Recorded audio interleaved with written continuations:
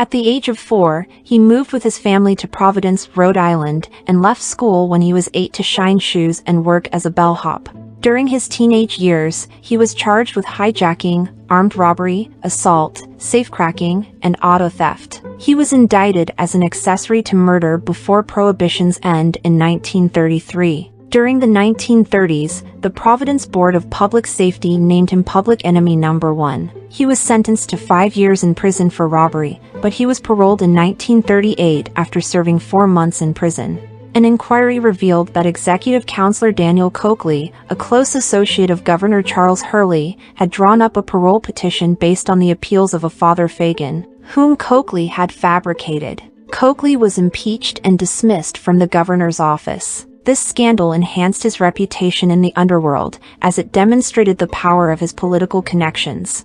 During the 1940s, he continued to rise in power. In 1950, mobster Philip Bucola fled the country to avoid prosecution for tax evasion, and he took control of Bucola's criminal operations. In 1956, he made drastic changes in the crime family, the biggest being to move his base of operations to Providence, Rhode Island. He ran his crime family from the National Cigarette Service Company and Coin-O-Matic Distributors, a vending machine and pinball machine business on Atwells Avenue in the Federal Hill neighborhood of Providence. Every card game, prostitution ring, and illegal business in Providence had to pay a kickback to him.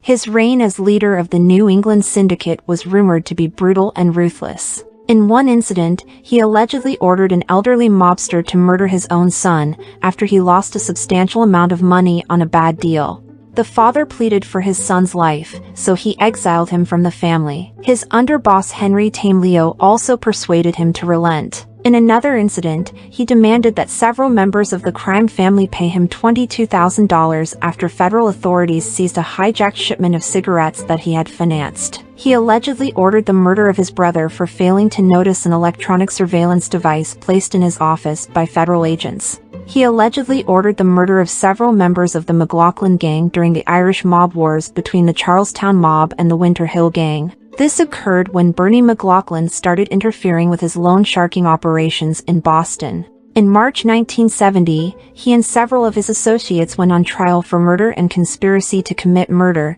the chief witness being robber and hitman John Red Kelly, who afterwards went into the Federal Witness Protection Program. Kelly gave testimony linking him and other family members to the murder of Rudolph Rudy Marfio and Anthony Malei. Kelly had been contracted to kill Marfio. He and his associates were convicted of conspiracy to commit murder. Associate Maurice Lerner also was convicted of murder. The mob boss was sentenced to 10 years in prison, but he continued to run his family while imprisoned. He was paroled in 1975. Lerner and the other defendants were subsequently exonerated when it was established that Kelly had perjured himself at the trial, as had FBI agent Paul Rico, who had corroborated Kelly's testimony. He was arrested again in 1980 for allegedly having set up 2 murders. His lawyer was able to convince the judge that he would not survive a trial because of his heart disease. He suffered from heart disease and diabetes for many years.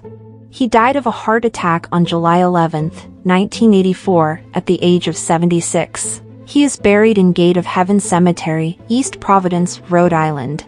Raymond Loreda Salvatore Patriarca was an American mobster from Providence, Rhode Island, who became the longtime boss of the Patriarca crime family, whose control extended throughout New England for more than 3 decades.